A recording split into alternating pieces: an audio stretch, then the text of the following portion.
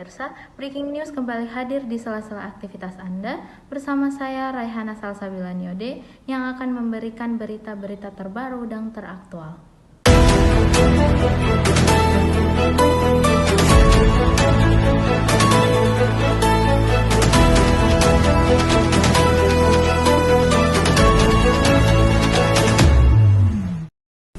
Pemirsa, perkembangan teknologi pada sektor industri transportasi telah memberikan banyak manfaat bagi kehidupan manusia. Namun, di sisi lain, perkembangan teknologi ini justru memberikan dampak buruk bagi lingkungan.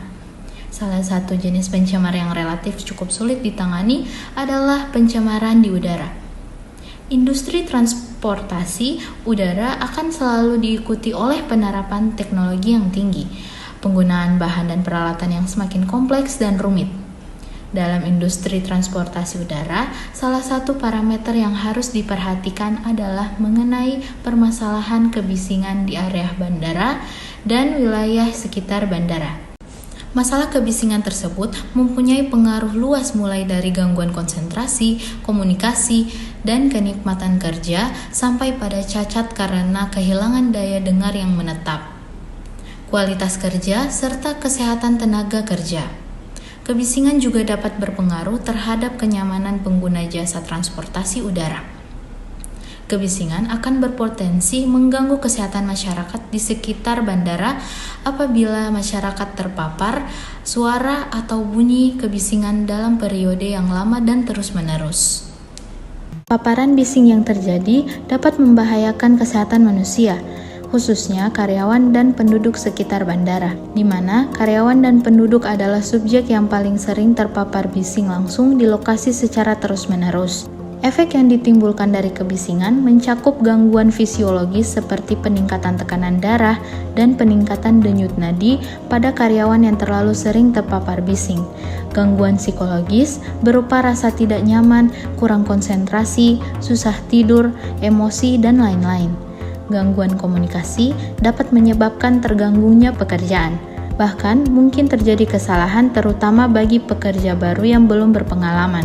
Gangguan komunikasi ini secara tidak langsung akan mengakibatkan bahaya terhadap keselamatan dan kesehatan tenaga kerja karena tidak mendengarkan teriakan atau tanda bahaya yang tentunya akan dapat menurunkan mutu pekerjaan dan produktivitas kerja. Gangguan keseimbangan dapat mengakibatkan gangguan fisiologis seperti kepala pusing, mual, dan lain-lain.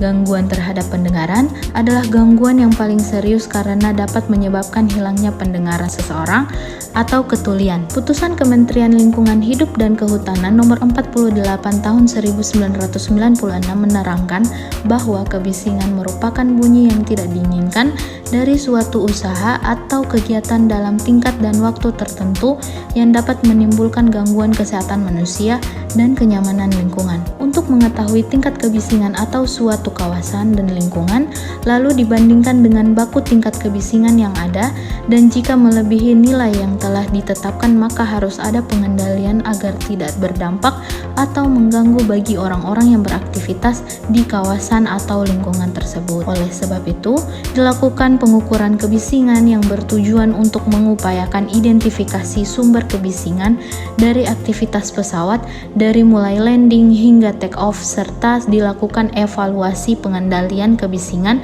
di lingkungan bandara yang mencakup pengendalian kebisingan terhadap permukiman dan juga untuk lingkungan sekitar bandara sesuai peraturan perundang-undangan ketenagakerjaan dan kesehatan yang berlaku, yakni standar kebisingan berdasarkan Surat Keputusan Menteri Tenaga Kerja Nomor 51 Tahun 1999 menerangkan bahwa paparan bising yang diperbolehkan untuk lama paparan 8 jam per hari adalah maksimum 85 desibel. Selain pembatasan paparan yang terjadi, karyawan juga perlu dibantu dengan menggunakan alat pelindung diri agar alat pendengarannya tetap terjaga dan mengurangi intensitas paparan. Sedangkan untuk penduduk yang tinggal di kawasan yang berdekatan dengan wilayah bandara akan dibuatkan pembatas atau penghalang yang nantinya dapat mengurangi kadar paparan kebisingan yang terjadi, di mana nantinya akan disesuaikan dengan nilai sampai ambang batas yang diperbolehkan